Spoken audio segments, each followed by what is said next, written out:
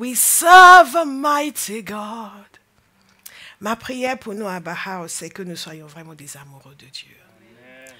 Nous ne sommes rien au monde si nous ne sommes pas des passionnés de Dieu. Nous ne sommes pas faits pour vivre timidement.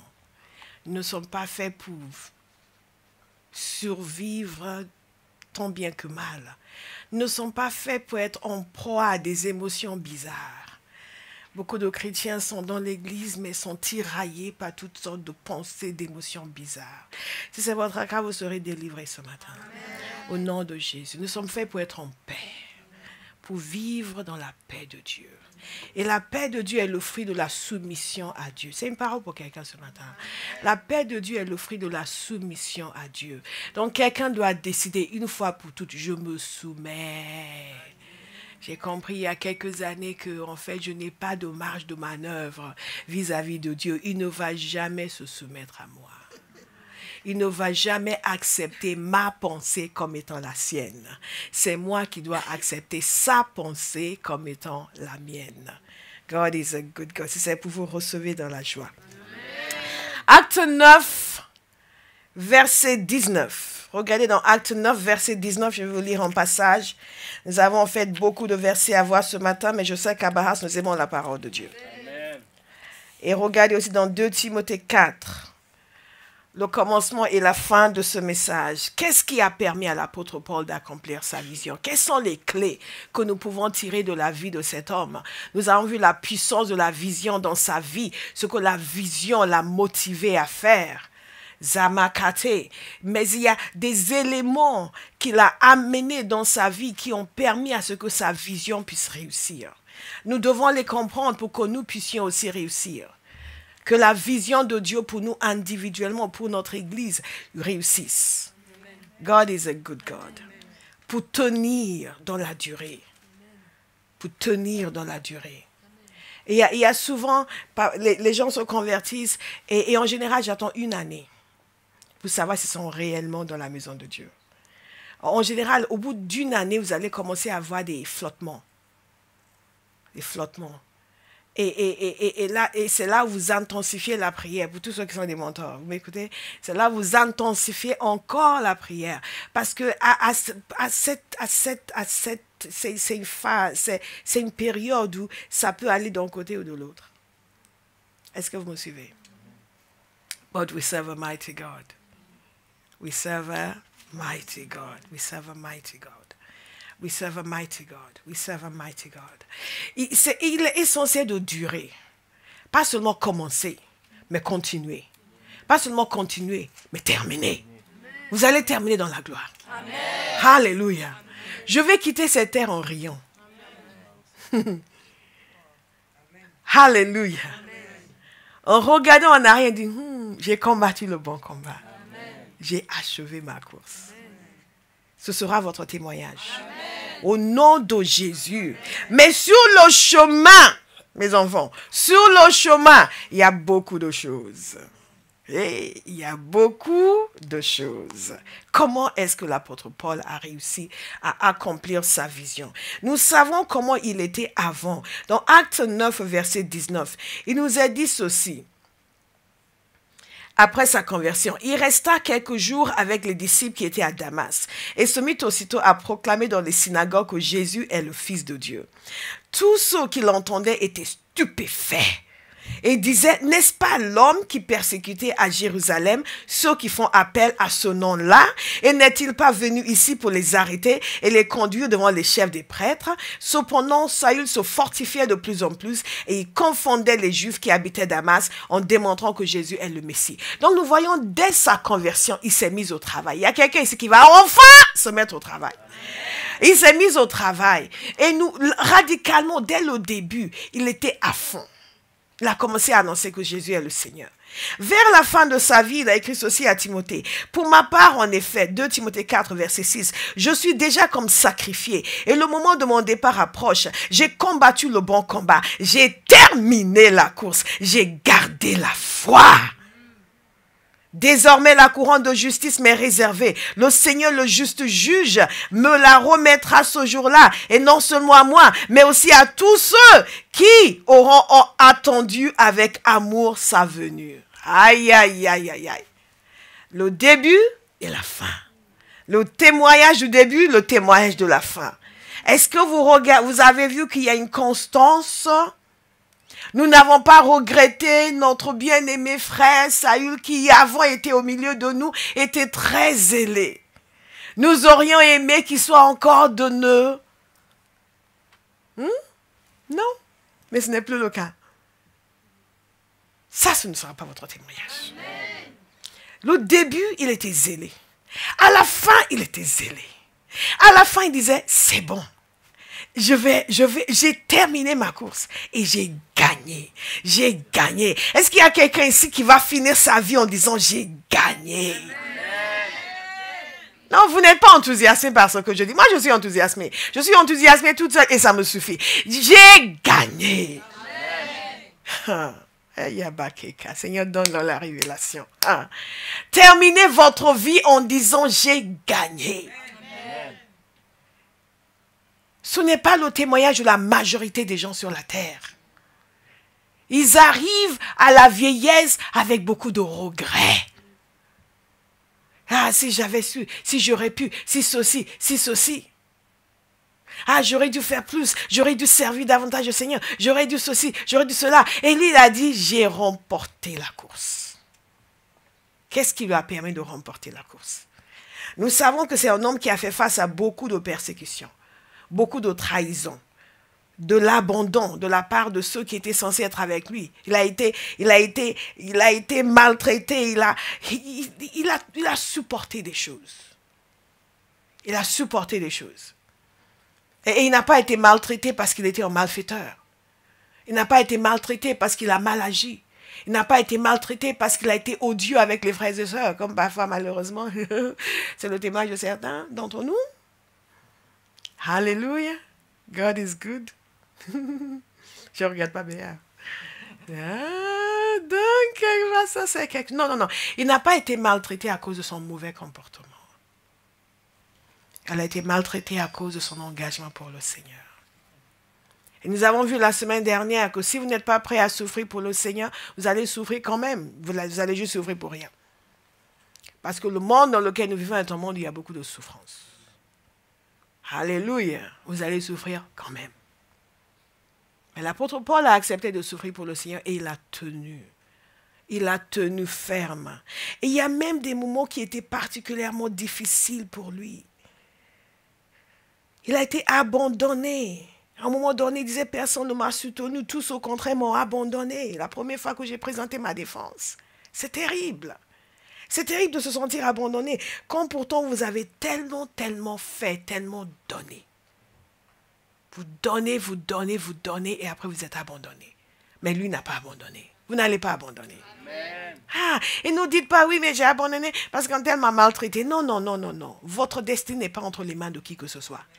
Entre les mains du Seigneur. Ce sont les choix que nous faisons.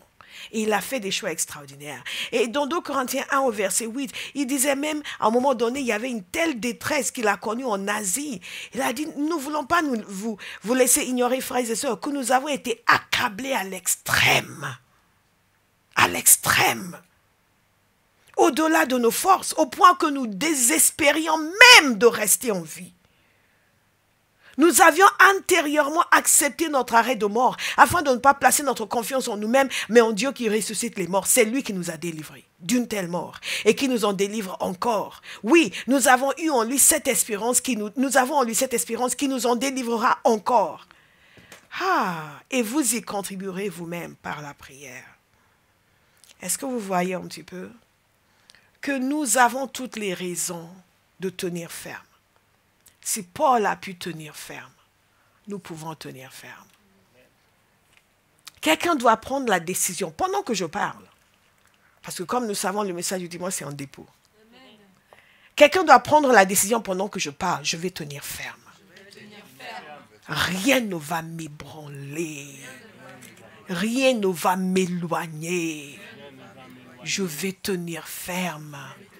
Quel que soit ce que je vis, ce que je vois, je ne me laisserai plus jamais désarçonner. C'est une décision. C'est un choix. Quand je me suis converti, le Seigneur m'a amené dans cette décision pour dire, c'est pour la vie. C'est pour la vie. On ne renégocie pas. Et la première chose que je vais vous dire, qui a amené l'apôtre Paul à accomplir sa vision, c'est la conviction qu'il avait. Je vous le dis presque tous les dimanches. Vous faites ce que vous croyez. Vos actions sont le reflet de ce que vous croyez. Si vous n'aimez pas ce que vous faites, changez ce que vous croyez. L'apôtre Paul avait des convictions. Nous voulons avoir des convictions. Dans l'église d'aujourd'hui, il y a un problème de conviction. Nous sommes chrétiens par convenance, pas par conviction. Nous devons être chrétiens par conviction. Conviction, qu'est-ce que vous croyez? Il avait une conviction absolue sur la vérité de l'évangile. Une conviction absolue au sujet du caractère extraordinaire de l'évangile. Une conviction absolue au sujet du caractère unique de l'évangile. Il en était convaincu. Mais convaincu. Je pose la question aujourd'hui à Bauhaus, est-ce que nous en sommes réellement convaincus? Ou nous sommes venus à Christ parce qu'il nous a aidés, il nous a guéris, il nous a libérés. Mais qu'est-ce que nous croyons vraiment? C'est pour ça que nous faisons le cours Racine et que nous expliquons les béabas de la foi chrétienne. Parce que quand quelqu'un est guéri, il dit, je donne ma vie à Jésus, mais je suis tellement reconnaissant. Après, il faut lui expliquer vraiment qui est ce Jésus. L'apôtre Paul avait une conviction. Quand vous avez une vraie conviction, vous n'envisagez même pas d'autres possibilités. La conviction qu'il avait, écoutez ceci. Quelqu'un veut regarder avec moi dans Romains chapitre 1.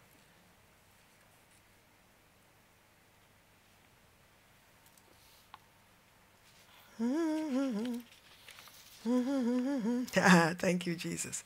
Vous savez, il y a des fois, les ordinateurs ne fonctionnent pas très bien.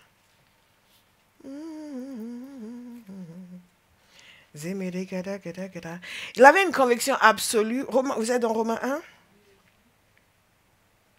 What a wonder. Je suis contente que vous soyez dans Romains 1 parce que moi, je n'y suis pas. Je vais y arriver. God is a good God.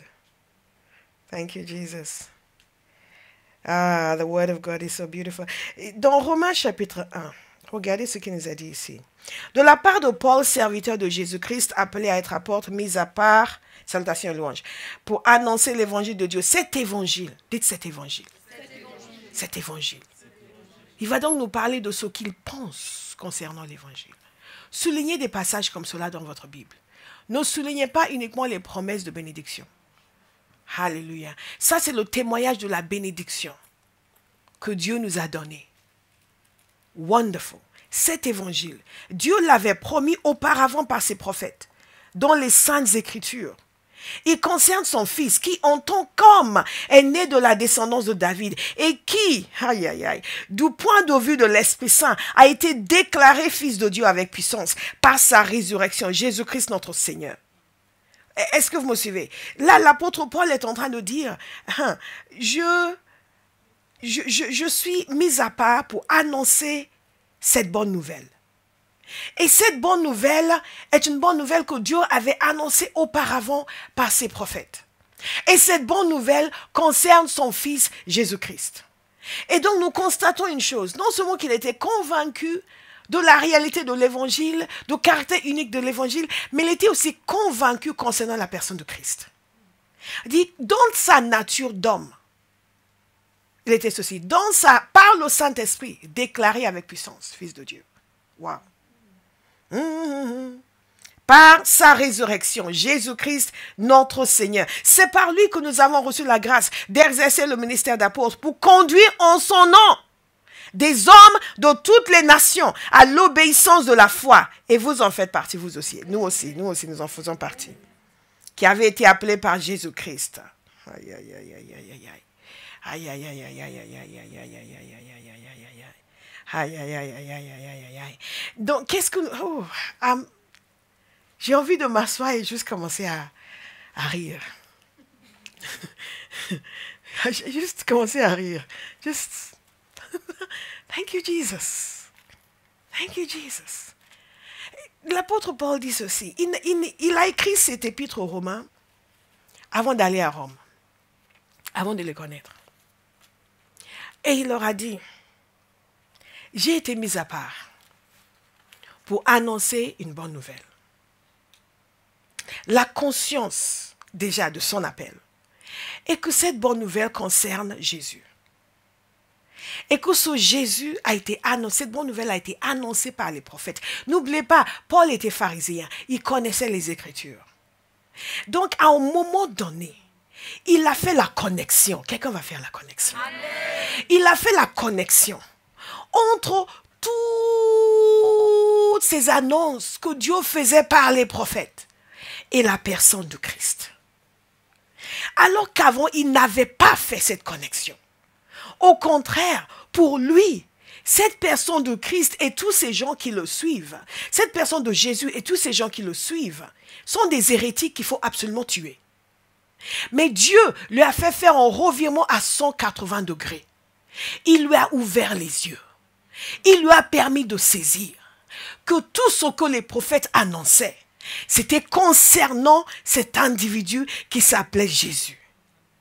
Et que tous ces gens maintenant qui le suivent, ils ont vraiment compris quelque chose. Et lui aussi, il a compris quelque chose.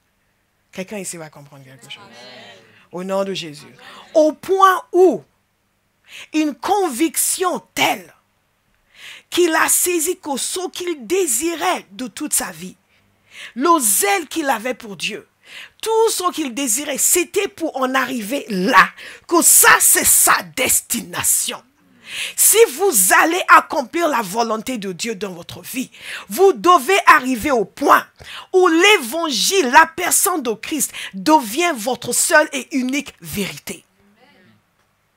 Amen. Alléluia.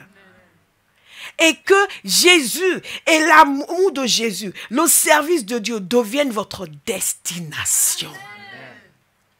Est-ce que vous me suivez? Destination. On va lire encore quelques passages.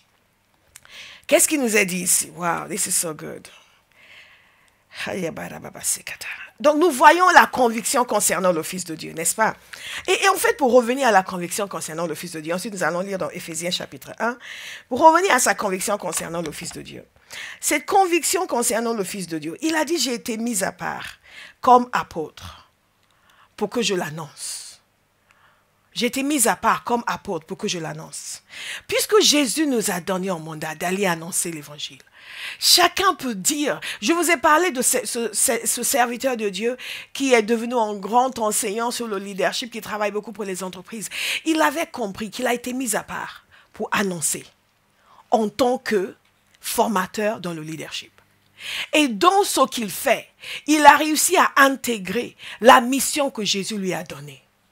C'est la difficulté pour beaucoup de chrétiens. Parce qu'ils disent, oui, en apôtre, oui, en pasteur, oui. Mais est-ce qu'il y a quelqu'un qui peut saisir aujourd'hui que si je suis convaincu de l'évangile, convaincu que Jésus est la vérité, convaincu que Jésus est le chemin, la vérité et la vie, je peux aussi comprendre que moi aussi, j'ai été mis à part en tant qu'enseignant pour amener la lumière de Christ là où je suis. Moi aussi, j'ai été mis à part en tant qu'entrepreneur. Si nous n'avons pas cette conviction, et ça c'est une autre chose, je vais y arriver dans quelques instants, cette conviction absolue de la vérité de l'évangile, de la nature, du caractère extraordinaire de Jésus. Nous n'allons jamais tout lui donner. Et nous n'allons pas accomplir notre vision. Est-ce que vous me suivez? C'est pour cela que je vous invite à continuer à méditer la parole non-stop. À méditer la parole non-stop. Parce qu'il y a une vérité qui naît à l'intérieur de nous, qui nous rend blindés. Contre les moqueries, qui nous rendent blindés, contre les incompréhensions, qui nous rendent blindés. Je pose une question à quelqu'un aujourd'hui. Est-ce que vous le connaissez? Est-ce que vous le connaissez? Et dans quelle mesure est-ce que vous le connaissez? Et il y a un livre que j'aime beaucoup qui parle des excellences de Dieu. Et en passage dans ce livre, il donne une description de Dieu. Une description extraordinaire. Je vous ai déjà lu ces descriptions dans plusieurs messages. Et il attire notre attention sur le fait que le chrétien moyen aujourd'hui, si on lui demandait de donner une description de Dieu, aurait du mal à pouvoir le concevoir en ces termes. Je vais donner un devoir à chacun de nous. Je vais donner un devoir à chacun de nous. Vous allez rentrer à la maison. Sans prendre votre Bible. Vous allez écrire qui est Jésus. Et vous irez au-delà de « Il est mon sauveur, il est mon Seigneur ». Vous allez faire une rédaction. Vous allez puiser à l'intérieur de vous. Qu'est-ce que vous croyez à son sujet?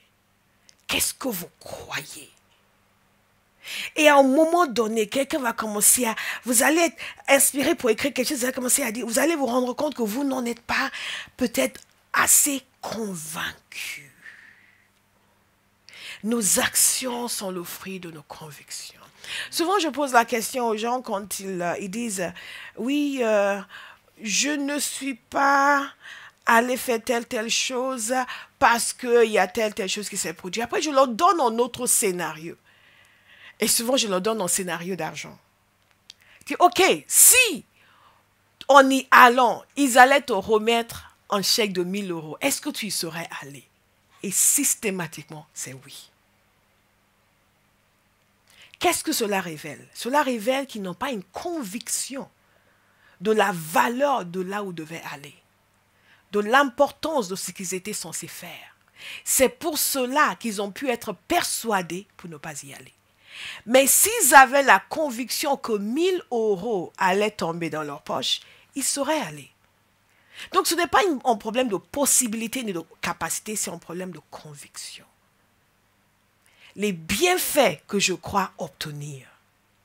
Alléluia. Les bienfaits que je pense pouvoir obtenir. Nous allons continuer. Et Yamanagade. Dans Éphésiens chapitre 1, je veux que quelqu'un comprenne que l'apôtre Paul a compris la rédemption. Nous allons comprendre. Nous allons comprendre. Je peux vous dire beaucoup de choses qui vont vous exciter. Et le Saint-Esprit ne cesse de dire des choses qui nous touchent profondément. Mais il nous dit aussi des choses qui nous amènent à la réflexion.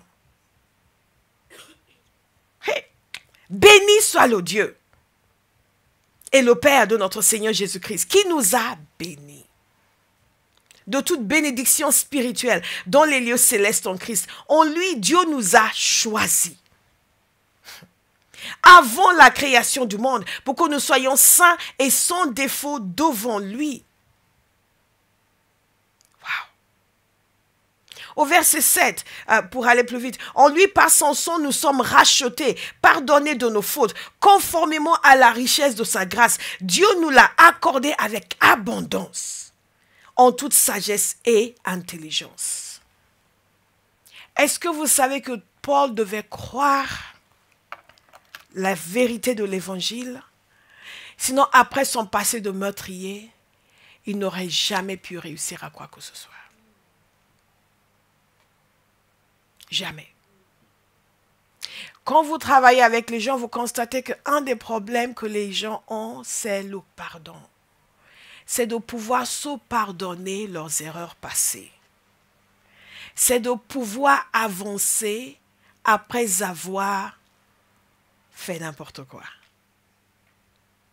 Et cette conviction du fait qu'il nous a pardonné nos fautes, cette conviction de la grâce de Dieu, cette conviction du salut qui vient par Jésus, cette conviction du fait que Jésus a réellement effacé nos péchés et qu'à chaque fois que nous venons à lui, que nous sommes repentants, il est toujours disposé à nous donner un nouveau départ. Cette conviction doit habiter chaque enfant de Dieu, qu'il n'y a pas d'autre chemin en dehors de Jésus. Mais que si nous prenons ce chemin et que nous obéissons à Dieu, nous allons toujours bénéficier de sa grâce en continu. Il nous a rachetés. Et il y a beaucoup de chrétiens qui disent, je ne sens pas l'amour de Dieu. Vous n'avez pas besoin de sentir l'amour de Dieu. Vous avez reçu l'amour de Dieu. Il y a beaucoup de chrétiens qui disent, oui, mais les autres prient, ils ont quelque chose, moi je n'ai jamais rien. Vous n'avez pas besoin d'avoir quelque chose. Vous avez besoin d'être convaincu du fait qu'il nous a rachetés. Dites conviction. Conviction. Conviction. Il avait une conviction absolue au sujet de la personne de Jésus. Notre génération veut nous enlever cette conviction. Pour nous dire, il nous faut juste une espèce de confédération religieuse. Nous tous, tu sais ce que tu crois, je sais ce que je crois. On vient tous ensemble et on forme une espèce de religion mondiale. Une confédération de spiritualité. Et il y a beaucoup de chrétiens qui ne savent pas ce qu'ils croient. Et qui disent, oui, mais comme ça, on va tous s'entendre. Dès lors où l'homme n'est pas racheté, on ne va pas tous s'entendre. Même ceux qui sont rachetés, on ne s'entend pas tous. Dites conviction. Vous ne pouvez jamais donner votre vie pour une vision si vous n'êtes pas convaincu par le visionnaire. Conviction. Conviction que la voix de Dieu est la seule. Non seulement la bonne, mais la seule valable pour la vie de l'être humain. Le caractère unique de l'évangile. L'apôtre Paul en était persuadé. Que quelqu'un lève sa voix ce matin et dit, Seigneur, donne-moi la conviction. Priez avec vos tripes, donne-moi la conviction. Donne-moi la conviction. La conviction absolue. La conviction totale qui va changer mon fonctionnement, qui va changer mes pensées, qui va changer ma manière d'être et de faire. La conviction totale. Donne-moi la conviction totale, Père. Une conviction totale et absolue. Conviction totale et absolue. Je te demande une conviction totale et absolue. Père, donne-moi la conviction. Il était convaincu de la vérité de l'évangile. Il était convaincu de la valeur de l'évangile. De la valeur de l'évangile. Ça, c'est primordial. Et je vais vous inviter à le prier sur vous-même. Parce que beaucoup de chrétiens ne sont pas convaincus de la valeur de l'évangile. Il y a comme une... Satan ne pouvait pas nous empêcher d'être sauvés, mais après il va amener une espèce de voile qui fait que les gens sont là, ils sont dans la routine, mais il n'y a rien qui montre que c'est la seule chose qui compte. Dieu n'aime pas les concurrents. Nous voyons constamment dans l'Ancien Testament, il dit c'est un Dieu jaloux. Il n'aime pas la concurrence. Il y a trop de concurrence dans nos vies. Nous peinons à accomplir la vision de Dieu pour notre vie parce que nous n'accordons pas la valeur qu'elle mérite aux choses de Dieu. Regardez ce que l'apôtre Paul dit. Dans Philippiens 3, 7, il dit ceci, mais ces qualités en parlant de tout ce qu'il était avant. Ces qualités qui étaient pour moi des gains, je les ai regardées comme une perte à cause de Christ. Et je considère même tout comme une perte à cause du bien suprême. À cause du? À cause du? À cause du? Bien suprême. Bien suprême. Bien suprême. À cause du bien suprême. En d'autres termes, il n'y a rien qui peut l'égaler. Il n'y a rien qui peut se comparer. Du bien suprême qu'est la connaissance de Jésus-Christ, mon Seigneur. Pourquoi nous souffrons tellement? Parce que la connaissance de Jésus n'est pas pour nous un bien suprême. La valeur que nous accordons à l'évangile, la conviction de la valeur de l'évangile. S'il n'avait pas cette conviction, il aurait tout abandonné. Il avait des raisons d'abandonner. Il avait des raisons de décrocher. Et quand nous décrochons, c'est parce que nous ne sommes pas convaincus de la valeur de la chose. Alléluia. Dites, Seigneur, donne-moi une conviction de la valeur suprême de l'évangile. Que connaître Jésus devienne pour moi un bien suprême. Ma fille tout à l'heure disait, c'est pour ça qu'il faut être là le samedi. C'est pour ça qu'il faut être là le samedi. Nous sommes là le samedi parce que nous croyons que la connaissance de Jésus est un bien suprême. Et que la prière est un bien suprême. Qui nous conduit à la connaissance de Jésus est un bien suprême. Keshamare managada. Aninke staboro gesa. Il dit, à cause de lui, je me suis laissé dépouiller de tout. Et je considère tout cela comme des ordures afin de gagner Christ. En d'autres termes, rien d'autre n'a de la valeur. Si ça entre en concurrence avec Jésus, ça doit partir. Nous tolérons tellement de concurrence dans nos vies. Oui, je sais, j'aime le Seigneur, mais tu sais, il y a rien d'autre. S'il y a une concurrence, s'il y a une opposition avec Jésus, ça c'est bon. Cette chose a signé son propre arrêt de mort. Nous n'avons même plus besoin d'y réfléchir. C'est en concurrence avec Jésus, c'est en opposition à Jésus, ça n'existe plus. Ça n'existe plus. Mais il dit, je me suis laissé dépouiller de tout. Quelle différence avec la mentalité de je veux tout accumuler. Et je ne veux rien lâcher. Je ne veux rien lâcher pour Jésus. Je veux tout prendre, tout prendre, tout prendre, tout prendre. Pour nous, l'évangile, c'est ça. C'est que Dieu est là pour tout donner, tout donner, tout donner. Et nous sommes là pour tout manger, nous gaver et nous plaindre encore. Not God punish the devil. Nous avons reçu l'Esprit de l'Éternel.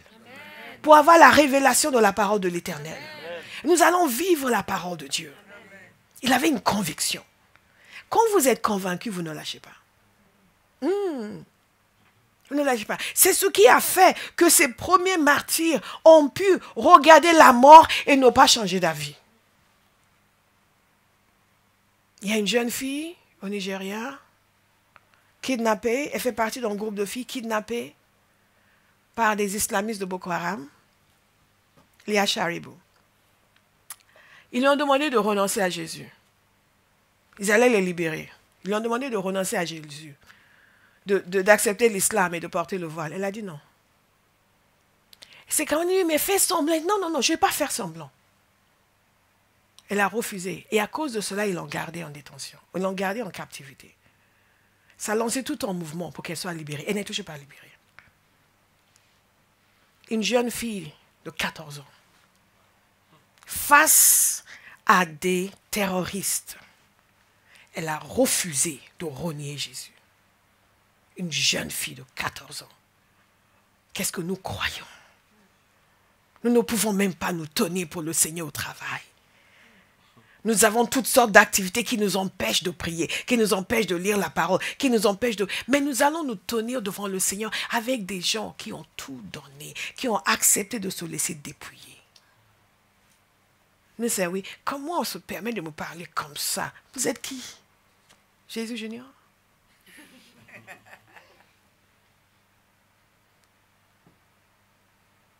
Nous devons de nouveau retrouver l'évangile. Oui, Dieu nous bénit abondamment. Nous sommes bénis à Bauhaus. Corps, âme et esprit. Mais cette bénédiction doit susciter en nous une reconnaissance, une consécration, en abandon de soi. Nous devons avoir une vraie conviction. Dis Seigneur, je veux une conviction de la valeur de l'évangile. Il a dit, j'ai accepté de me laisser dépouiller. Il y a des gens qui doivent se laisser dépouiller de leur orgueil, de leur suffisance, de leur peur, quelle que soit la chose, laissez-vous dépouiller. Dites à quelqu'un, laisse-toi dépouiller, laisse-toi dépouiller. Laisse-toi dépouiller. L'apôtre Paul avait une conviction, une certitude concernant l'évangile, concernant Jésus, concernant la valeur de l'évangile, concernant la valeur éternelle de l'évangile, concernant le plan éternel de Dieu. La distinction était claire entre ce monde et le royaume de Dieu. La distinction sera claire pour vous. Amen. Entre les choses du monde et les choses de Dieu. Entre les choses qui ont une valeur éternelle et les choses qui n'ont pas une valeur éternelle. Il y a des années de cela, le Seigneur m'a poussé à commencer à faire une prière sur ma vie, que je fais en continu. C'est que je puisse voir les choses qui ont une valeur éternelle. Que je puisse les saisir et que je vive ma vie sur la base des choses qui ont une valeur éternelle. Cette conviction lui a permis d'accomplir sa vision. La conviction de l'évangile, la conviction de sa véracité, la conviction de son unicité, la conviction de sa nature extraordinaire, la conviction de la personne de Christ, la conviction concernant Jésus, ce qu'il était, ce qu'il est, ce pour lequel il est venu, la conviction absolue sur la valeur de l'évangile, la conviction absolue concernant la puissance et la nécessité de l'évangile. Notez-le. Je ne suis pas juste en train de vous dire des mots. Il y a une conviction qui doit nous habiter sur le fait que l'évangile est non seulement extraordinaire, l'évangile est nécessaire. Nécessaire. Vous ne pourrez pas vivre votre vie au service de l'évangile de Dieu. Vous n'allez pas accomplir la vision que Dieu a pour votre vie si vous n'êtes pas convaincu que l'évangile est nécessaire.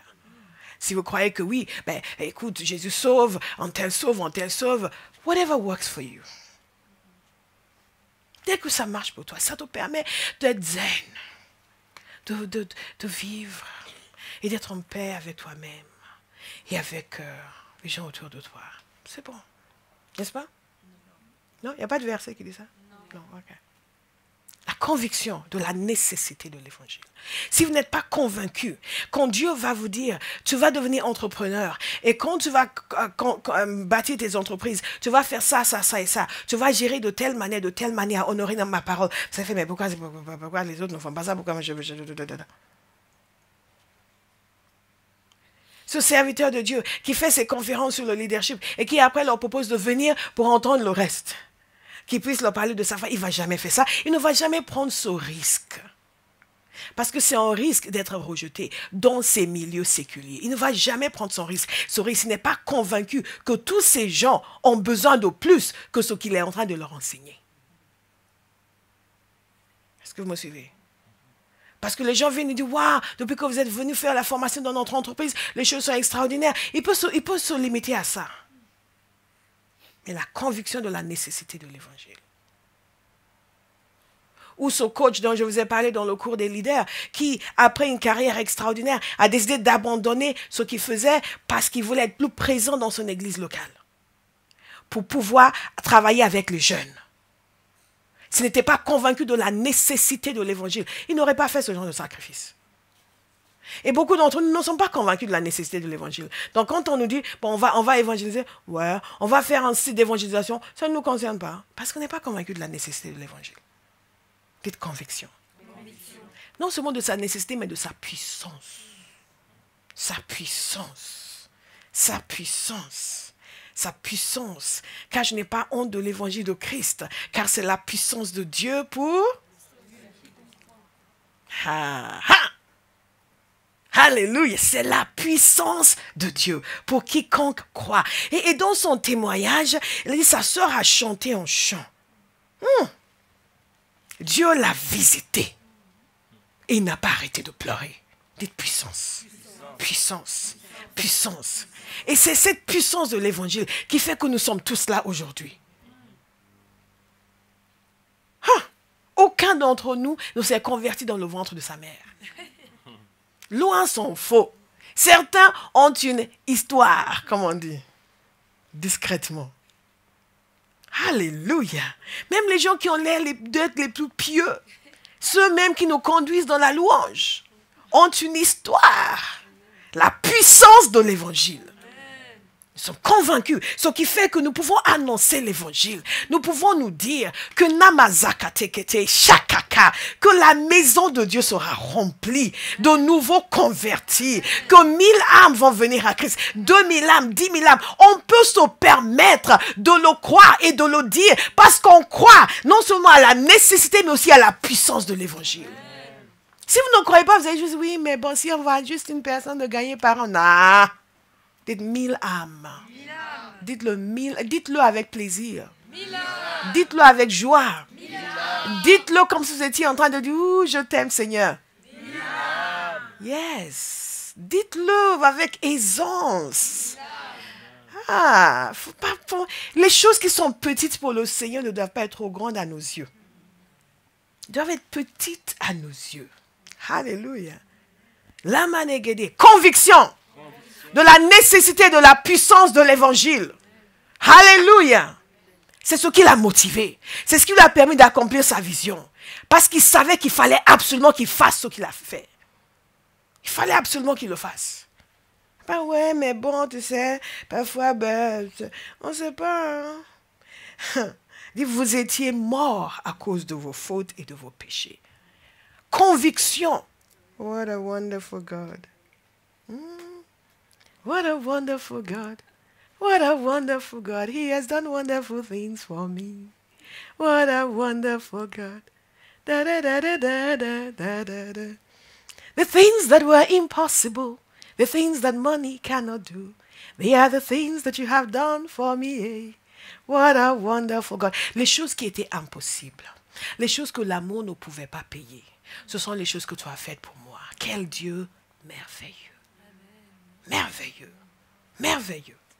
Merveilleux. Merveilleux. Merveilleux. J'ai une recette pour le bonheur.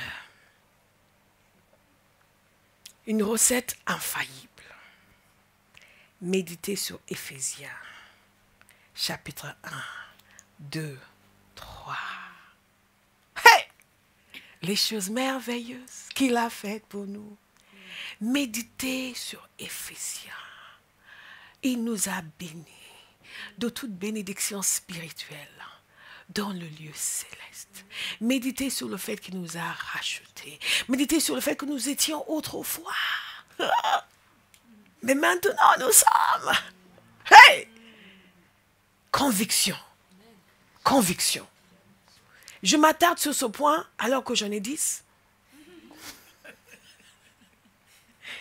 Parce que c'est le point de départ. Sans conviction, il n'y a pas de vision. Si vous n'avez pas cette conviction concernant l'évangile, vous allez gaspiller votre vie. Quel que soit ce que Dieu fait avec vous et pour vous, votre vie ne sera d'aucune utilité pour le royaume de Dieu. Peut-être qu'elle sera utile pour votre famille, vous allez pouvoir les sponsoriser dans leurs aventures. Mais pas pour Dieu. Dites, ma vie sera utile pour le royaume de Dieu. Alléluia. Il n'y a pas de dissonance entre ma vision personnelle et la vision de Christ. Je suis au service de la vision de Christ. La vision de Christ, c'est celle qui détermine et qui nourrit ma vision personnelle.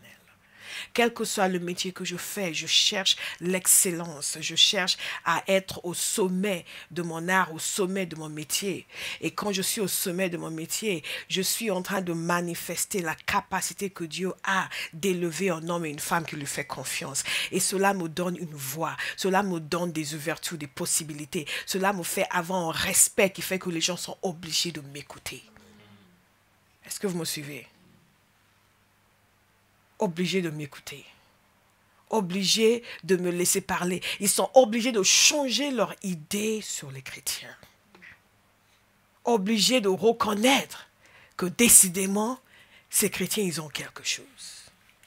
Et là, vous ouvrez la bouche, vous parlez, personne ne peut dire, ah, il n'y a que les imbéciles qui croient en Dieu. Je ressemble à un imbécile, moi. Ah non, non, non, non, non. Alléluia. Mais je dois être convaincu. Sinon, arriver au sommet de mon métier, je ne vais rien dire. Parce que oui, mais ce n'est pas le genre d'endroit. Tout endroit est le genre d'endroit. Tout endroit où Dieu vous positionne pour qu'il y ait des ouvertures pour lui. Et plus vous allez l'honorer, plus il va vous élever. Alléluia. Pour sa gloire. Conviction absolue de la nécessité et de la puissance de l'évangile. En tant qu'Église, nous devons en être convaincus. Nous ne sommes pas là simplement pour être bénis entre nous, nourris, encouragés. On va prier pour moi, frères et sœurs. Non, nous sommes là pour faire la volonté de Dieu. Conviction de la nécessité. Je répète encore la nécessité de l'évangile. Conviction de la vérité. Et, je vous ai parlé samedi de cet homme qui a écrit un livre que j'aime beaucoup, Doing Business by the Good Book. Et si vous êtes entrepreneur, je peux vous le prêter. Si vous parlez anglais, je ne sais pas s'il est traduit en français. Et depuis, j'ai vérifié encore son nom. Il s'appelle David Seward. Et il a dit ceci. Et je l'ai noté pour vous. C'est vraiment extraordinaire. Il est dans son entreprise est une entreprise de services. Donc, ils font beaucoup de ventes, de services, de produits, etc. Et il dit ceci. Avant de pouvoir vendre quoi que ce soit, un produit, un service, une idée, quoi que ce soit, je dois y croire à 100%. Je dois y croire à 100%. Qu'est-ce qui fait qu'on dit aux chrétiens d'inviter des gens à l'église et ils ne le font pas? Inviter des gens, ils ne le font pas parce qu'ils n'y croient pas à 100%. Petite conviction, Seigneur. Votre conviction est une partie essentielle du processus de vente. Cela est vrai parce que ce que vous croyez, votre foi dans le produit, se voit très clairement. Quand vous y croyez, de vos paroles se dégage la passion. Votre enthousiasme devient contagieux. Et cela influence le point de vue de la personne que vous prospectez. Vous écoutez attentivement. Et plus encore, votre conviction démontre votre sincérité aussi bien que votre intégrité. La conviction que nous avons. Parfois, vous témoignez à quelqu'un et la personne n'est pas très enclin pour les choses de Dieu, mais est touchée par votre conviction.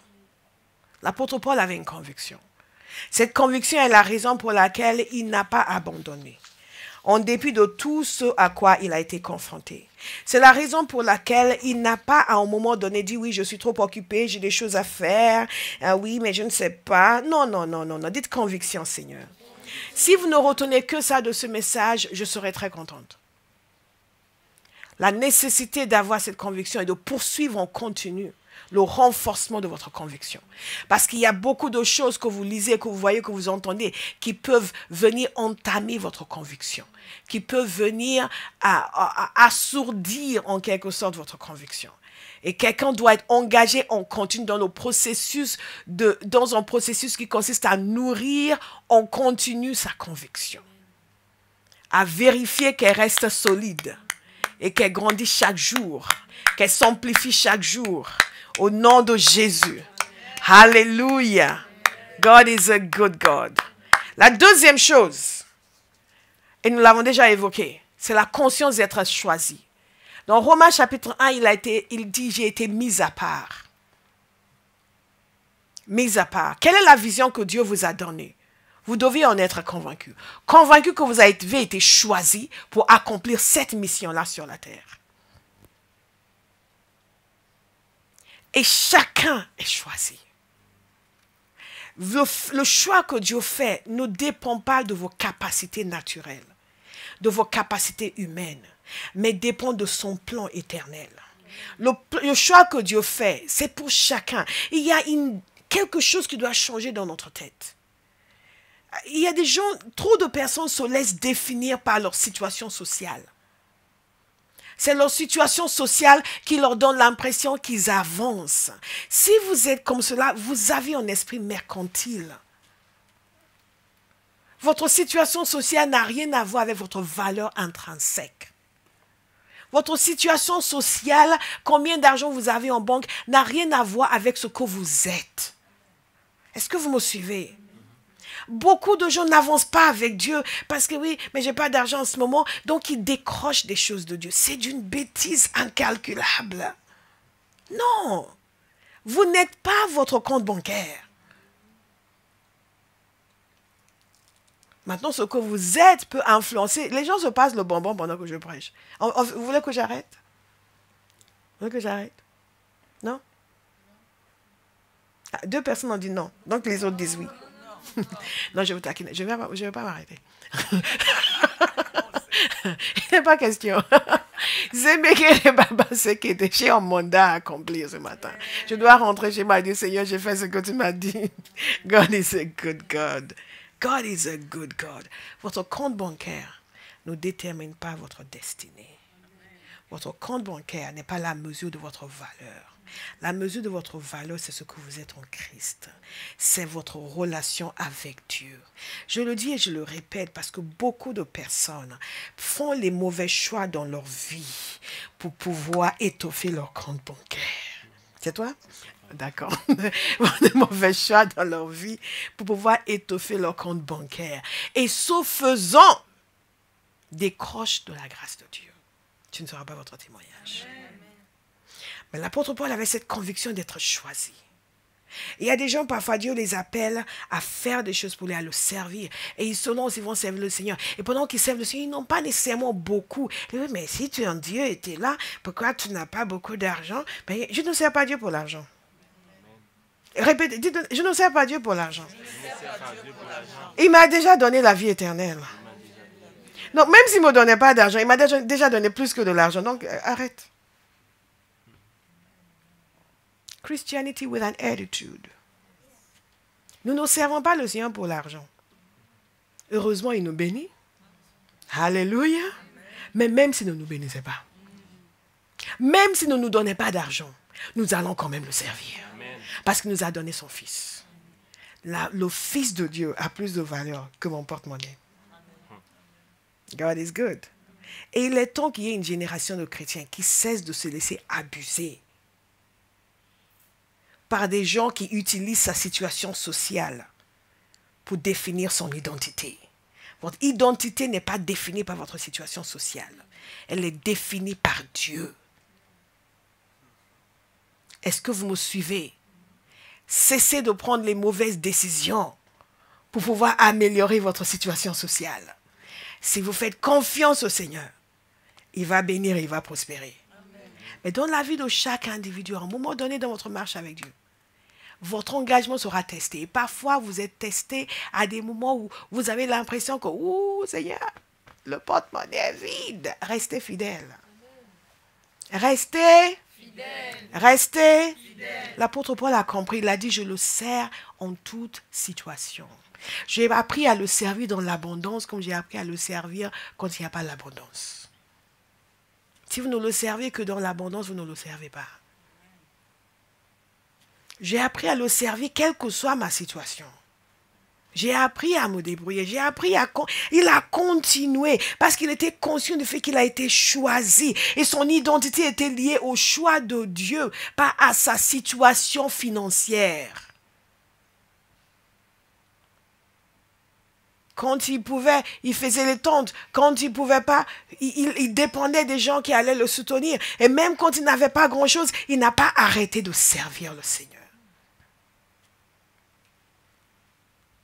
Beaucoup d'entre nous, nous arrêtons de le servir parce que oui, en ce moment, ce n'est pas évident. Donc, nous arrêtons de le servir. Et après, quand ça va mieux, nous revenons pour vous la servir. Mais la grâce est déjà passée.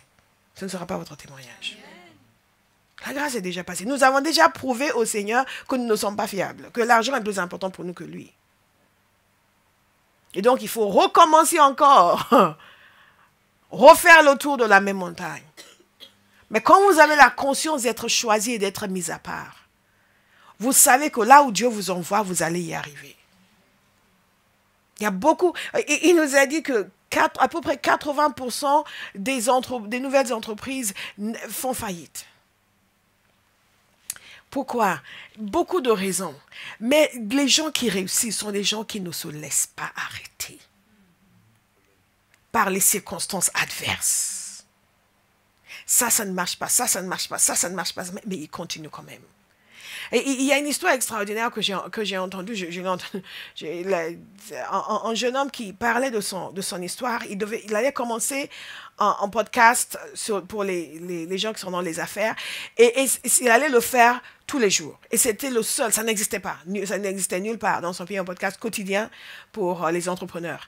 Et il était content, il a préparé son projet, ça allait être son grand business, il a tout mis en place. Et 2 mois avant son lancement, quelqu'un d'autre a lancé la même chose. Quelqu'un d'autre a lancé la même chose. Je vous parle de la conscience d'être choisi. Quelqu'un d'autre a lancé la même chose.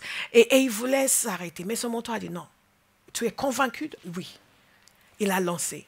Et il en a fait une centaine. Ça n'a pas décollé. 200. Mais ce qui est intéressant, c'est que le premier, il était bien parti. Mais après 45 épisodes, il s'est arrêté. Et lui, il a continué. Il a continué, il a réussi brillamment. Et un jour, il était dans une conférence pour entrepreneurs. Il a été invité pour parler parce qu'il a vraiment... son truc a fini par décoller. Et quand il a fini de parler, il descendait de l'estrade et un jeune homme est venu le voir, de son âge. Il a dit, waouh, tu sais ce que tu fais, je faisais ça avant. Et il lui a dit qui il était, c'était exactement celui-là. C'était celui qui avait commencé avant lui. Et lui, il a failli s'arrêter parce que quelqu'un d'autre l'avait commencé. C'était son badge, le seul, l'unique, etc. Et ce n'était plus ni le seul ni l'unique. Et cet homme, il a dit, ah, je faisais la même chose que toi, mais je me suis arrêté. Il dit, mais ça aurait pu être toi, là, à ma place. Et là, il était encore en train de se chercher. Il n'avait pas la conscience que c'était vraiment son appel. Il n'avait pas la conscience que ça, c'est ce que je vais faire. Cet homme, Monsieur Seward, qui a écrit Business by the Good Book, ce qu'il disait, lui, c'était que dès le début, il était convaincu de ce que Dieu l'appelait à faire. Il était convaincu de ce que Dieu l'appelait à faire. Et dans tout ce qu'il a fait dans son entreprise, il a tout basé sur les principes bibliques. Tout. Tout. Qu'est-ce que Dieu vous a appelé à faire? Qu'est-ce que Dieu vous a appelé à être? Ce n'est pas, oui, j'ai demandé, je vais voir, je ne sais pas. C'est notre problème, nous ne savons pas. Nous devons savoir. Une conviction absolue. Dieu vous a positionné dans un endroit. Il est en train d'agir à travers vous. Il est en train de vous travailler. Et quelqu'un, oui, mais je ne sais pas pourquoi tu es là-bas. Parce que moi, je ne sais pas. Ce n'est pas une parole du Seigneur. Il dit, alors tais-toi. Non, on ne fait pas ça. Il dit, ah bon, tu penses. Non, il n'a pas le droit de penser. Il peut penser ce qu'il veut, mais pas vous concernant. Il y a des gens à qui vous ne devez pas accorder le droit de penser vous concernant. Je retire de toi toutes les pensées vous concernant. Au nom de Jésus. La conscience d'être choisi. Dites, je suis conscient du fait que Dieu m'a choisi. Il avait la conscience d'être choisi. Parce qu'il avait la conscience d'être choisi, il n'a pas abandonné. Regardez ce qu'il a dit quand il a écrit l'épître aux Galates. Il a dit ceci, de la part de Paul, apôtre établi. Non par des hommes, ni par l'intermédiaire d'un homme, mais par Jésus-Christ. Et par Dieu le Père qui l'a ressuscité. Écoutez, il y a tout un message dans cette phrase. Apôtre établi. Établi par Dieu. Vous devez avoir la conscience d'être établi par Dieu. Vous allez annoncer l'évangile. Mais vous, de quel droit? J'ai tous les droits d'être là. Les chrétiens, oui, mais ils nous ont chassés. Non, et même si vous chassez, vous partez la tête haute. Vous voyez, monsieur l'agent? On reviendra.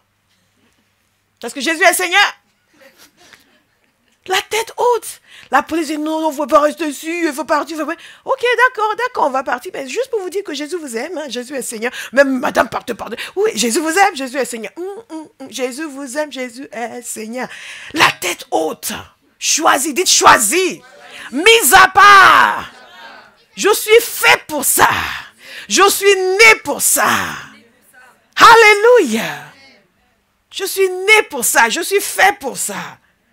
Je suis choisi, apôtre de Jésus-Christ, enseignant, établi par Jésus-Christ pour amener la lumière de Christ dans les écoles de France. Alléluia. Alléluia. Pour prier pour ces enfants, pour que leur destinée aille dans le sens de Dieu. Pour intercéder à genoux dans ma maison et les appeler un par un pour que, même si je ne peux pas leur annoncer l'évangile dans l'école, mais la puissance de Dieu les touche, qu'ils soient sensibles à la parole de Dieu et que Dieu amène les gens sur leur chemin pour qu'ils soient convertis. Enseignants établis par Jésus-Christ. Pas juste on est là parce que ça paye bien, parce que c'est mieux que d'être au chômage. God punish the devil. Nous sommes un peuple en mission. Nous allons vivre comme des gens en mission.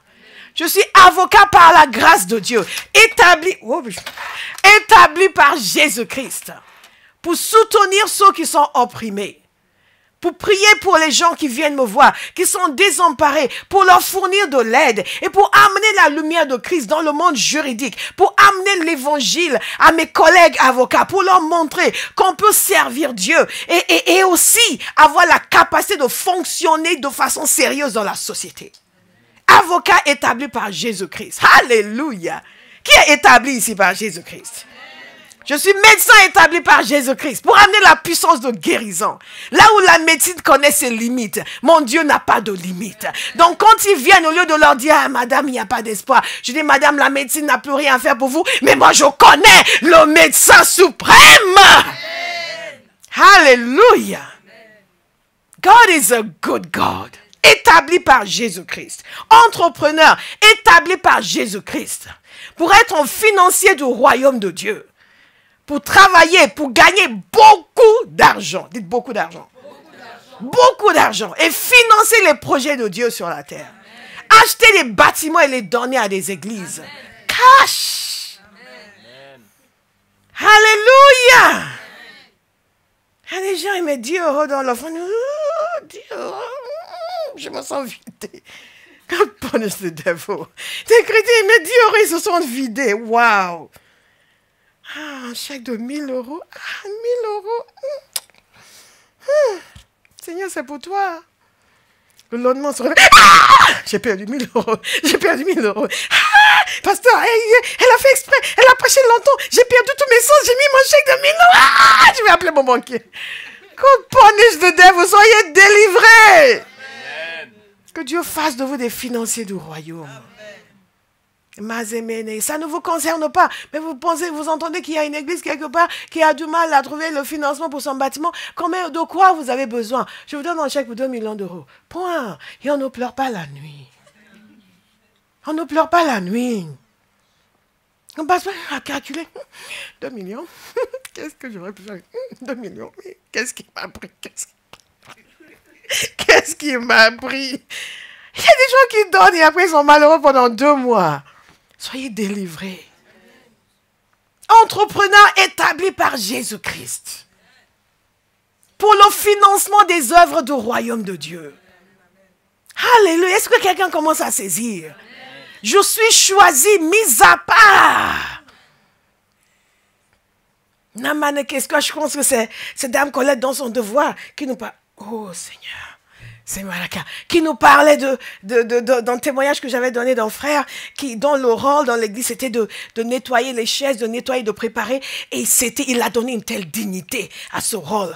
Et il priait sur chaque chaise. Il priait. Oh, quel honneur. Et les gens n'avaient pas le droit de faire. Hé, mes chaises. Pas n'importe quoi. C'est vrai. C'est vous qui donnez la dignité à ce que vous faites. Ce n'est pas ce que vous faites qui vous donne la dignité.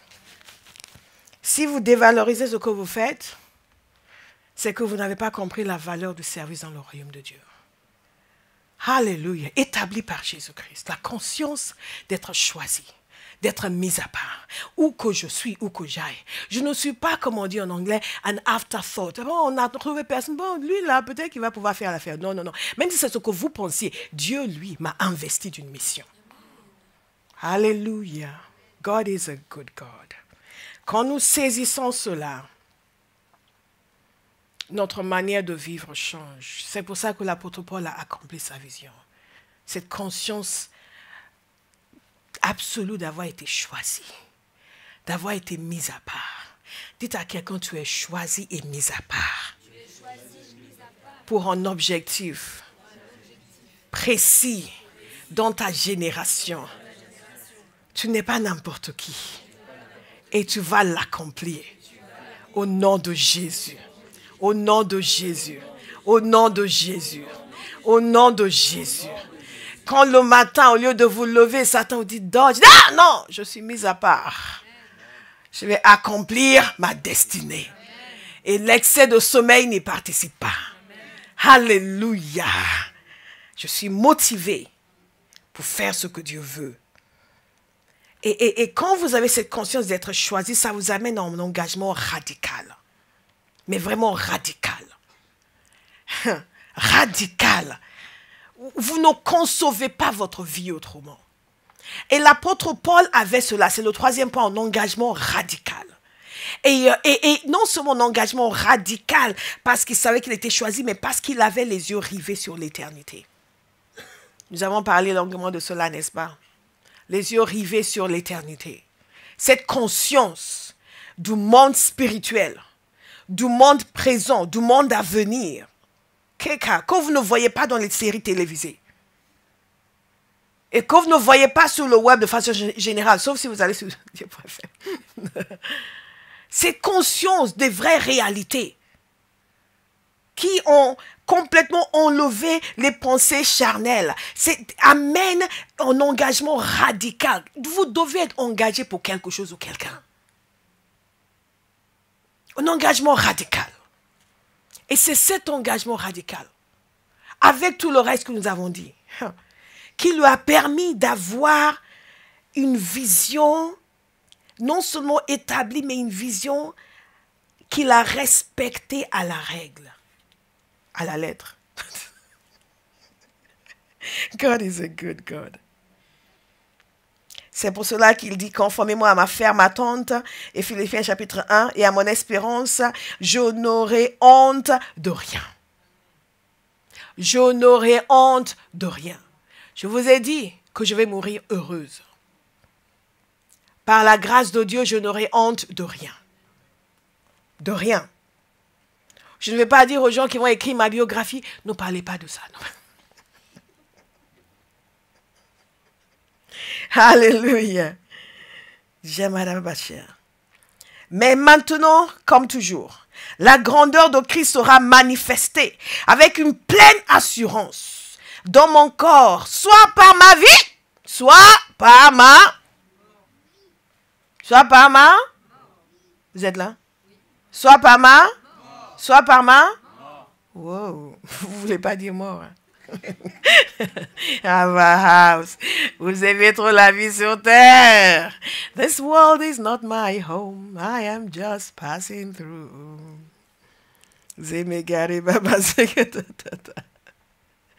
En effet, Christ est ma vie et mourir représente un gain. Mourir représente un gain. Un homme comme ça ne pouvait qu'accomplir sa destinée. Parce que Christ est ma vie. Tout le reste n'a pas d'importance. Que Dieu bénisse la personne qui m'a passé cette montre. God is a good God. Mais cet engagement radical, est-ce que vous avez noté? Conviction absolue. Conviction absolue. Conviction absolue. Conviction absolue. Conscience d'être choisi. Engagement radical. Et cet engagement radical conduit au quatrième point, que l'on appelle en bon français focus. Focus. Je sais que Béa dit souvent le focus, mais ça me semble toujours bizarre en français. J'aimerais managabo segade focus. Il était focalisé sur son objectif. Beaucoup d'entre nous sommes trop distraits. Nous nous occupons des choses qui n'ont rien à voir avec notre objectif. Il était focalisé sur son objectif. Un homme de cette trempe qui est capable de dire une seule chose. Regardez, je vais vous lire pour ceux qui ne me croient pas. Philippiens 3 au verset 12. Ce n'est pas que j'ai déjà remporté le prix ou que j'ai déjà atteint la perfection, mais je cours. Mais je cours pour tâcher de m'en emparer, puisque de moi aussi Jésus-Christ s'est emparé. Frères et sœurs, je ne m'estime pas, je n'estime pas mon être moi-même déjà emparé, mais je fais une chose. Dites focus. Je fais une chose. Vous devez avoir une chose qui détermine toutes les autres choses. Pour que nous accomplissions notre vision, individuellement et en tant qu'assemblée, nous ne pouvons pas être dans toutes sortes de choses. Il doit y avoir une chose. Et c'est par cette chose que toutes les autres choses sont évaluées. Une chose. Tout le reste doit aller dans le sens de cette chose. Si elles ne vont pas dans le sens de cette chose, elles ne vont pas dans mon sens. Alléluia. Imaginez si j'étais en Chine ce week-end. Je ne serais pas ici. N'est-ce pas? Le problème avec nous, c'est que nous voulons la quadrature du cercle. Ça, et on met tout ensemble et c'est bon. Ce n'est pas bon. Il faut dire au revoir à certaines choses pour pouvoir arriver à sa destination. C'est encore mieux. Il veut dire au revoir à certaines personnes pour pouvoir arriver à sa destination. Pour accomplir notre vision individuellement et en tant qu'Église, nous devons déterminer quelle est la chose qui doit être utilisée pour juger tout le reste. Écoutez ce qu'il dit. Je fais une chose oubliant ce qui est derrière moi et me portant vers ce qui est devant. Je cours vers le but pour remporter le prix de l'appel céleste de Dieu en Jésus-Christ. Il dit, je cours pour remporter le prix. Ça, c'est mon but. J'ai un objectif. Et c'est la seule chose que je fais. Je cours vers cet objectif. Nous ne pouvons accomplir notre vision que si nous courons vers l'objectif. Oui, et chaque jour doit vous amener plus près. Chaque jour, on ne prend pas des vacances de la vision de Dieu pour sa vie. Oui, mais en ce moment, je vais juste... Ça, en fait, c'est qu'en ce moment, je suis juste un peu pas très dedans en ce moment. En ce moment, c'est du temps que vous êtes en train de perdre. Et vous allez devoir tout recommencer. Il n'y a pas de en ce moment. Magere mana. Dites à quelqu'un, je suis dedans. Tous les jours. Il y a quelqu'un qui me donne son devoir. Ah, on doit être dedans, comme dit souvent pasteur. Je suis dedans. Tous les jours. Chaque jour m'amène vers ma destination. Chaque jour m'amène vers l'accomplissement de ma vision. Chaque jour, je fonctionne de telle sorte à être en harmonie avec l'endroit où je vais. C'est très simple. Mais c'est un choix que nous faisons. Nous ne décrochons pas pendant quelques instants, juste pour nous retrouver. Nous ne sommes pas perdus. Non, je me cherche en ce moment. Comment? Moi, je t'ai trouvé. Non, c'est que c'est vraiment un temps où je me cherche. Cessons d'adopter le langage du monde. Nous ne sommes pas perdus. Nous avons été trouvés. Cessez de vous chercher. Tout en négligeant la volonté du Seigneur. Oui, c'est juste une période qui est un peu... Il n'y a pas de période on peut. Nous nous plongeons dans la parole. Dites une chose qui détermine toutes les autres choses. Et chaque jour, je dois décider de faire des choses qui vont dans le sens de la chose qui détermine les autres choses. Alléluia. Alléluia. Alléluia. Et je suis appelée à enseigner la parole. Mais en ce moment, je ne suis pas trop Bible. Je suis plus, tu vois, dans les livres. Oui, parce que Dieu parle tantôt d'une façon. Ah, les chrétiens, nous sommes des spécialistes de l'obfuscation. We serve a mighty God. Oublions ce qui est derrière. Dieu va guérir les mémoires de quelqu'un ce matin. Amen. Il va vous permettre de faire un bond en avant. Amen. Et de ne pas vous laisser arrêter par ce qui est passé. Amen. Je vous assure, une des raisons pour lesquelles parfois les gens ne prennent pas les choses au sérieux quand je les reprends, c'est parce qu'ils voient que la minute suivante, je suis encore en train de rire avec eux. Mais prenez au sérieux quand je vous reprends, c'est très sérieux. Mais je suis consciente de la grâce extraordinaire de Dieu envers moi. Je suis toujours émerveillée. Waouh! Que Dieu nous permette de faire sa volonté. Et qu'il nous aide à faire sa volonté. Et qui nous permet toujours d'oublier ce qui est derrière nous. Et de courir vers ce qui est devant. Mais c'est le choix que nous devons faire. De courir vers ce qui est devant. Ne faites pas le choix de rétrograder volontairement. Vous ne devez jamais être plus bas spirituellement aujourd'hui que vous ne l'étiez hier. Demain, vous ne devrez pas être plus bas spirituellement que vous ne l'étiez aujourd'hui. Si vous l'êtes, c'est que vous avez fait quelque chose de mal, pas que quelqu'un vous a fait quelque chose de mal. C'est l'apôtre Paul était un homme qui a été beaucoup vexé, beaucoup offensé par les gens. Mais il a poursuivi son chemin. Il ne s'est pas laissé arrêter par l'amertume. Il ne s'est pas laissé arrêter par la trahison. Il a poursuivi son chemin.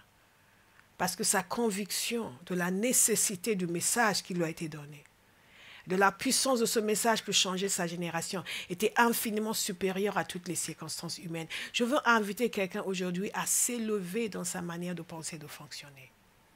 À cesser de se laisser embourber dans des histoires qui n'ont aucune importance réelle.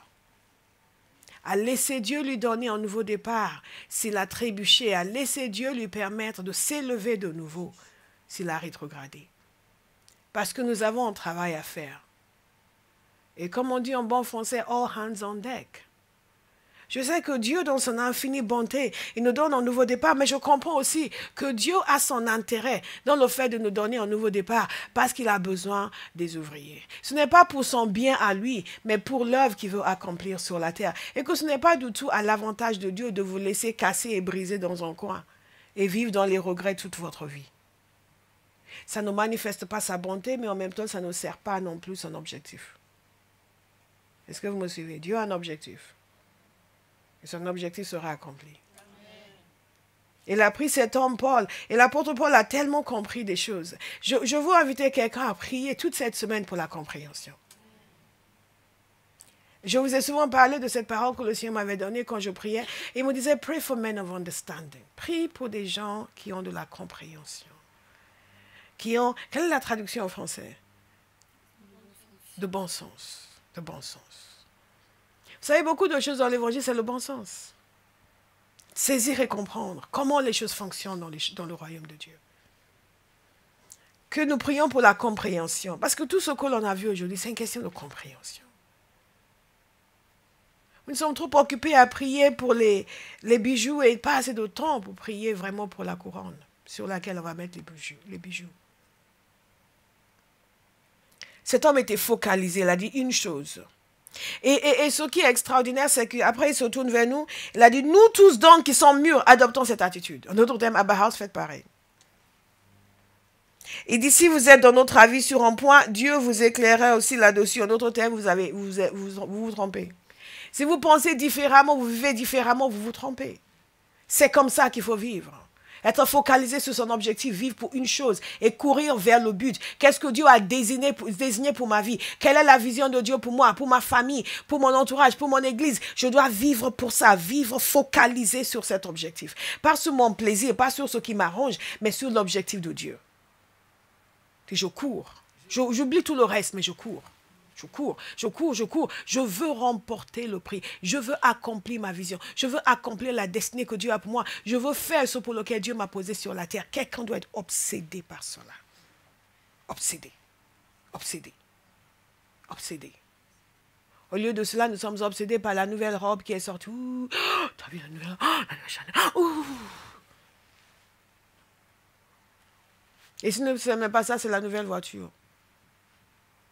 Une fois, on était parti en mission avec un groupe de personnes venues d'Angleterre. Et moi, toujours très spirituel, je pensais qu'on allait parler de la parole, etc. Ils étaient en train de parler. Ouh, t'as vu la nouvelle Ford? Ouh, quand elle est venue à l'église, elle avait la nouvelle Ford. C'était bien. Je suis pour la nouvelle Ford. Si je vous dis de quelle Ford il s'agit, vous allez savoir que ça date. Hallelujah. We serve a mighty God. Et tout notre bonheur, toute notre joie, notre bien-être en tant qu'enfant de Dieu se trouve dans cette attitude-là. C'est en adoptant cette attitude-là que nous sommes réellement comblés. C'est pour ça que Paul bénéficiait tellement de l'aide du Seigneur. Et ça, c'est le dernier point que je vais vous donner, mais que je vais devoir vous donner la semaine dernière, c'est qu'il était merveilleusement aidé par le Seigneur. Mais il y a des choix que nous faisons qui attirent l'aide de Dieu dans nos vies. Il y a des décisions que nous prenons qui attirent l'aide de Dieu dans nos vies, qui font en sorte que Dieu dit, je vais m'engager. Celui-là. Je vais m'investir en lui. Que ce soit la réflexion de Dieu vous concerne. Amen. Celui-là, aïe! Et quand vous passez par des moments difficiles, vous pensez, Seigneur, où tu es? Il est là, il est en train de vous observer. Comment vous allez vous comporter? Pour qu'il sache ce qu'il peut investir en vous. Pour qu'il sache dans quelle mesure vous êtes digne de foi. Dieu nous sauve pas parce que nous sommes bien, parce que lui est bien. Après nous avoir sauvés, il commence à nous travailler pour nous rendre bien. Et il va nous tester, nous évaluer au fur et à mesure pour savoir où nous en sommes. Et quelle dimension de grâce peut nous être accordée, quelle mission peut nous être accordée selon là où nous sommes. Nous sommes constamment en train de passer des examens. Donc ce que vous considérez comme un problème, je ne sais pas pourquoi c'est ça dans ma vie. Non, c'est juste un examen. C'est un examen de passage. C'est une affliction, pourquoi tout ça m'arrive? Moi, non, c'est juste un examen de passage. C'est juste un examen de passage. Vous allez passer de l'autre côté parce que vous avez une conviction.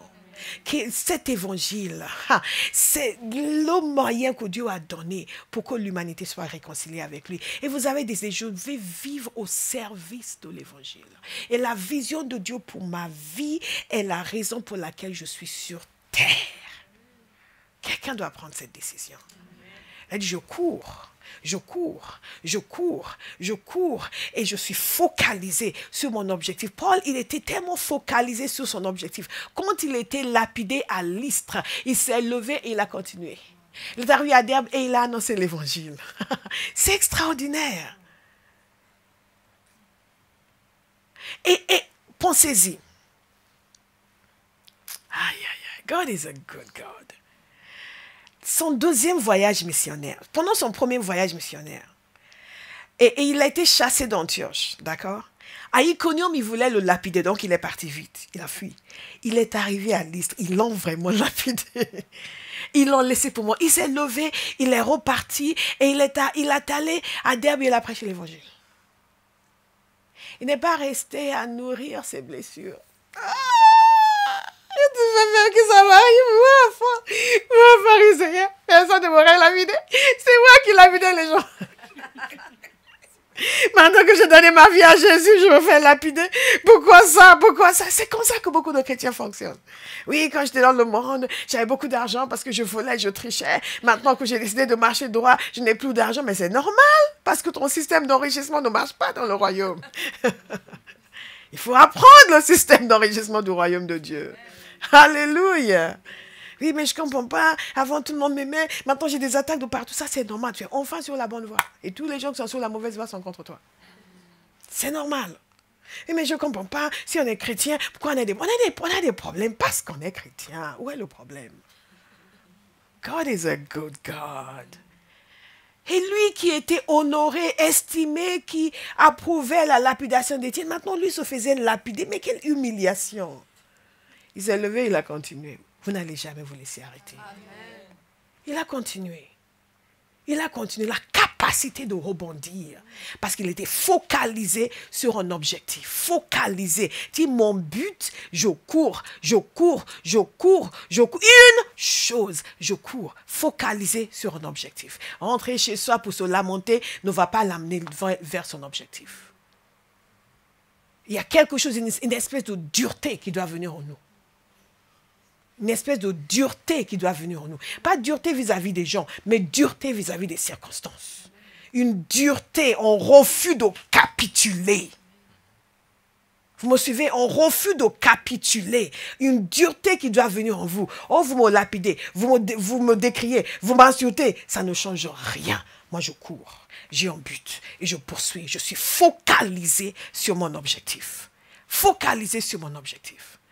Et il a réussi. Et il nous dit, adoptez la même attitude. Est-ce qu'il y a quelqu'un à Barras qui va adopter la même attitude? Et il dit, ceux qui ne sont pas d'accord, vous avez tort. Parce que quand il dit, Dieu va vous éclairer, en d'autres termes, vous n'avez rien compris. vous êtes encore dans les ténèbres, vous n'avez rien compris. Mais nous allons laisser le Seigneur nous éclairer, nous faire comprendre ce qui nous permettra d'accomplir notre vision. Nous allons le laisser nous éclairer. Il va nous montrer, comme ce jeune homme, il a accompli sa vision parce qu'il a continué. Il était focalisé sur son objectif et il a continué. Aujourd'hui, dans son milieu, il est connu, il est célébré, il a gagné beaucoup d'argent. Et juste parce qu'il n'a pas accepté d'arrêter. Vous me suivez? Et que jour après jour, semaine après semaine, ça ne semblait pas marcher, mais il a continué. Il a continué. Pourquoi nous ne pouvons pas avoir la même hardiesse dans l'œuvre de Dieu? La même force, la même capacité. Et nous pouvons. Simplement, il y a des principes que nous devons connaître. Ce n'est pas parce que nous aimons le Seigneur, nous prions en langue, que les choses vont juste automatiquement se faire.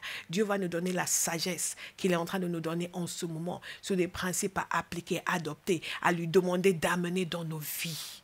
Dites conviction. Conviction. Engagement radical. Tant que votre engagement n'est pas radical, vous n'allez pas accomplir. Vous allez finir. Les gens commencent des entreprises, mais leur engagement n'est pas assez radical. Ils arrivent à un moment donné, oh, ça ne marche pas. Il y a des gens qui disent, oui, on dit que... Qui est le on qui dit? Il paraît causer. Qui le fait paraître? Qui le fait paraître? Et les chrétiens sont souvent dans ce genre de contexte parce qu'ils pensent que, parce qu'ils sont chrétiens, les choses doivent être simples. Non, non, non. Non, nous avons la capacité de changer les choses parce que nous sommes chrétiens. Mais les choses ne sont pas simples au début. C'est nous qui les rendons simples. C'est votre action, votre foi, votre prière qui change les situations. Les situations ne se présentent pas déjà changées. Alléluia. Alléluia. David a dû affronter Goliath. Goliath n'était pas mort quand David est arrivé. C'est David qui l'a tué. Alléluia. Il y a des situations que vous allez devoir tuer, exterminer, anéantir, pulvériser, détruire complètement par votre foi, votre prière, votre engagement pour accomplir la vision de Dieu, pour faire ce pour lequel Dieu vous a mis sur terre. Et la chose qui va venir compte, c'est vous qui allez dire, non, nous ne pouvons pas être deux dans ce bateau. Et moi, je reste. Alléluia. Focaliser. Focaliser, focaliser, focaliser. Parfois, vous savez, quand moi j'étais étudiante, Dieu m'a donné une grâce, j'étais très intelligente et j'avais la capacité d'absorber rapidement. Mais c'est cette grâce qui m'a aidée. Parce qu'en première année, je n'étais pas très focalisée sur mes études. Pas très focalisée sur mes études. J'étais juste contente d'être à la fac. Bon, ça se comprend, j'étais jeune, j'avais 14 ans. J'ai fêté mes 15 ans en première année. Et à la fin, par contre, quand j'ai décidé de me focaliser, j'ai eu des résultats extraordinaires. Mais si j'étais allée à l'examen, comme je faisais dans l'année, je n'aurais rien eu. L'intelligence était là. Je n'étais pas convertie, mais Dieu m'aimait quand même. Mais je n'aurais pas eu cet examen. Mais quand j'ai décidé de me focaliser, quelqu'un va décider de se focaliser. Amen. Alléluia. Sur son objectif. Là où il va. Je suis appelée à prêcher l'évangile. Et combien de fois est-ce que tu réécoutes le message du dimanche? Il y a des serviteurs de Dieu qui écoutent les messages de Abba House. Quelqu'un me disait, elle avait dit à quelqu'un, oui, mais il faut apprendre à dire à un pasteur, va écouter prophétesse Bola. Moi, c'est ce que je fais, j'écoute et j'apprends. Et avec ça, je prêche.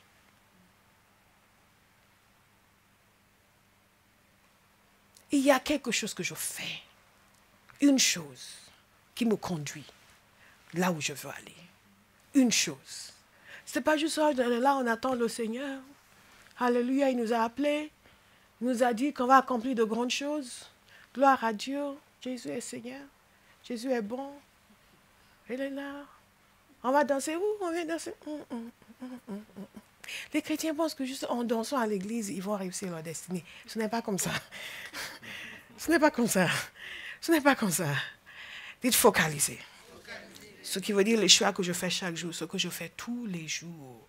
Quelque chose qui doit m'amener là où je dois aller. Tous les jours, tous les jours, tous les jours, tous les jours. Je veux être la lumière là où je travaille. Tous les jours, je suis en prière. Tous les jours j'étudie. Tous les jours, j'étudie. Tous les jours, je me prépare. Tous les jours, j'apprends comment est-ce que les choses fonctionnent. Je veux être un entrepreneur. Il y a des gens qui sont entrepreneurs avec leurs lèvres. Je veux apprendre comment ça fonctionne. L'industrie dans laquelle je dois fonctionner. Je dois tout connaître à fond. Je dois être incollable. Tout. Et ensuite, je peux dire oui. Je suis focalisé. Je suis focalisé. Qu'est-ce que je dois faire? Je vous donne rapidement. Un style de vie qui va dans le sens de ce que je dois faire. Une vie de prière, nous allons en parler la semaine prochaine, il y aura des choses à dire. Une vie de prière, la fortitude dans l'affliction. En découdre avec le diable, l'aide de Dieu. Voilà tous les points que je vous ai donnés. Cela, nous allons examiner les autres la semaine prochaine. Mais simplement ce matin, je veux savoir s'il y a quelqu'un qui veut accomplir la vision de Dieu pour sa vie. S'il y a quelqu'un qui croit à la vision que Dieu a donnée à Abba House. Je vois que les voix sont beaucoup moins. On va vous chasser d'ici.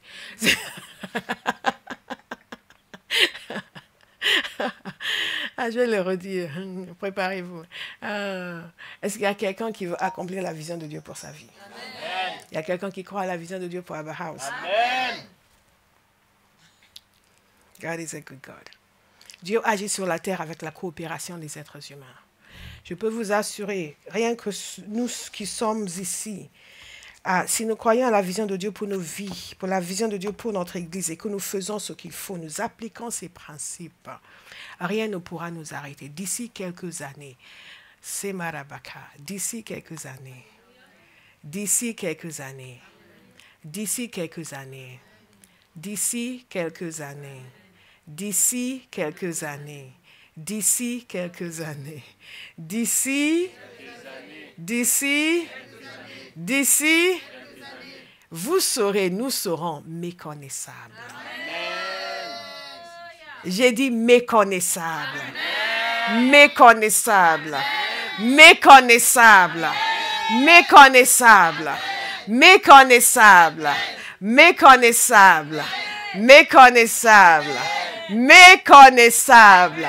Je vous le dis, nous ne sommes pas ici pour faire de la figuration. Nous sommes là pour changer notre génération. Alléluia. God is a good God. Nous ne sommes pas là uniquement pour que nous soyons bénis et nos familles soient bénies. Nous sommes là pour que notre génération soit bénie. Pour que notre nation soit bénie. Il y a quelques années de cela, et je vais finir avec ça, mais je vais vous donner petit à petit certains éléments. Wow, amazing. God is a good God. Amen. Tu te manques du pasteur? No? I want to pray for you after this service. Lay hands on you. il y a quelques années de cela, avant le commencement de Abba House, j'étais en prière et le Seigneur m'a donné une vision. Et je me suis retrouvée devant le trône de Dieu et j'ai vu tous ces gens. Et tout de suite, j'ai vu qui c'était. C'était des gens qui, à partir de ce continent, amenaient l'évangile dans le monde entier. Et c'est comme si je les entendais, disaient, et nos enfants qui iront vers eux, devant le trône de Dieu, et nos enfants qui iront vers eux. Vous avez de ces expériences qui sont très difficiles à décrire. Et vous comprenez des choses, vous comprenez des choses, vous comprenez des choses. Et nos enfants qui ira vers eux. Et j'ai compris que Dieu a un cœur pour ce continent. Et Dieu a un cœur pour tous les continents où les gens ont amené l'évangile dans le monde. Cela ne veut pas dire que les gens ont été parfaits et se sont comportés merveilleusement. Mais il y a des individus. Il y a des individus. Nous ne parlons pas des nations, de la politique des nations. Nous parlons des individus. Parce que nous sommes des individus devant Dieu. Il y a des individus qui ont tout donné. Il y a des individus qui ont vécu comme l'apôtre Paul, qui ont quitté père, mère, enfant, qui ont quitté leur maison, qui ont tout laissé derrière pour amener l'évangile vers un peuple inconnu. Je vous ai parlé de William Carey, cet homme qui n'avait aucune connexion du tout avec l'Inde, sauf en lisant les récits de Capitaine Cook, qui se disait, mais tous ces peuples ne connaissent pas l'évangile. Et il était convaincu de la nécessité de la puissance de l'évangile. Il en était convaincu et ça l'a travaillé. Et il a parlé avec le groupe de pasteurs avec lequel il se réunissait pour leur dire, mais attendez, est-ce que le mandat de Christ d'aller faire des disciples des nations n'est pas encore valable de nos jours? Est-ce qu'on ne doit pas aller pour amener l'évangile? Et il y a un vieux pasteur qui lui a dit, jeune homme, assieds-toi. Quand Dieu sera prêt à sauver les païens, il pourra le faire sans toi. Méconnaissance totale. Méconnaissance totale. Mais il a tout laissé derrière, tout abandonné. Avec femme et enfants, ils sont partis en Inde. Ce n'est pas l'Inde d'aujourd'hui. Et les voyages, ce n'était pas comme aujourd'hui. Ils ont tout laissé derrière. Il a compris la vision de Dieu pour sa vie. Et les premières années étaient extrêmement difficiles. Extrêmement difficile. Sa femme a perdu la tête. Extrêmement difficile. Et par la grâce de Dieu, les choses se sont arrangées. Ils ont pu s'établir. Ils ont vu beaucoup de gens se convertir. Il a traduit les Écritures en de nombreuses langues indiennes. Ils ont commencé une école de formation. Dieu a pu l'utiliser de façon extraordinaire parce qu'il était focalisé sur son objectif. Il avait la conviction de la véracité de l'évangile, de la nécessité d'amener l'évangile. de la nécessité de tout donner, de la puissance de l'évangile pour changer les vies. Quand je parle des hommes comme cela. Je ne parle pas des politiques ni des gouvernements. Et nos enfants qui ira vers eux. Regardez l'Angleterre aujourd'hui. Regardez l'état de l'Angleterre aujourd'hui. Regardez l'état de la France aujourd'hui. Nous ne pouvons pas vivre dans notre génération comme si notre seul objectif, c'est notre bien-être personnel. Dieu n'a aucune difficulté à nous bénir. Nous en sommes tous témoins. Mais je veux inviter quelqu'un ce matin à revoir la vision de Dieu pour sa vie, à voir s'il a vraiment saisi la vision de Dieu. En quoi le bien-être de sa génération est inclus dans la vision qu'il a pour sa vie. Et en quoi votre fonctionnement quotidien vous amène vers cette vision. En quoi votre fonctionnement quotidien vous amène dans le sens de ce mandat que Dieu a donné à Abba House. Et j'ai compris que nous devons, et à l'époque nous n'avions même pas commencé, mais qu'en commençant nous devions avoir un cœur pour ce continent. Est-ce que vous me suivez? Et Dieu a quelque chose. Les gens qui sont morts n'ont pas disparu, n'ont pas cessé d'exister. Les chrétiens qui sont morts n'ont pas cessé d'exister. Ils sont auprès du Seigneur. Et ils demandent que Dieu agisse pour sauver leur descendance. Et Dieu demande à son Église qui est sur la terre d'agir. Moi, je fais partie de cette Église. Et je vais faire ma part. Je ne sais pas pour vous, je vais faire ma part. Le jour où je vais me tenir devant Dieu, je vais pouvoir dire, j'ai combattu le bon combat. Et j'ai achevé ma course. Et c'est pour cela que je prie en continu que la conviction de l'évangile m'habite en permanence. Et que rien, aucun attrait du monde, aucun métier, aucune profession, aucune élévation, aucune exaltation ne vienne pour détourner mon attention de ce qui est important aux yeux de Dieu. La parole de Dieu nous dit dans Hébreux 12 que nous sommes environnés d'une si grande nuée de témoins. Qui sont ces témoins? Ce sont les saints qui sont décédés, les chrétiens qui sont décédés. Ils nous voient. Nous sommes environnés de ces témoins. Nous ne pouvons pas les voir, mais ils nous voient. Ils nous voient et ils voient. Nous sommes une même famille. C'est la même famille. La parole de Dieu dit la même famille ici et en haut. C'est la même famille. Que nous ayons les yeux ouverts pour saisir les réalités éternelles. Pour que nous amenions, que cela nous permette de changer notre fonctionnement, que nous soyons focalisés sur les choses qui ont une valeur éternelle. Levons-nous, nous allons prier.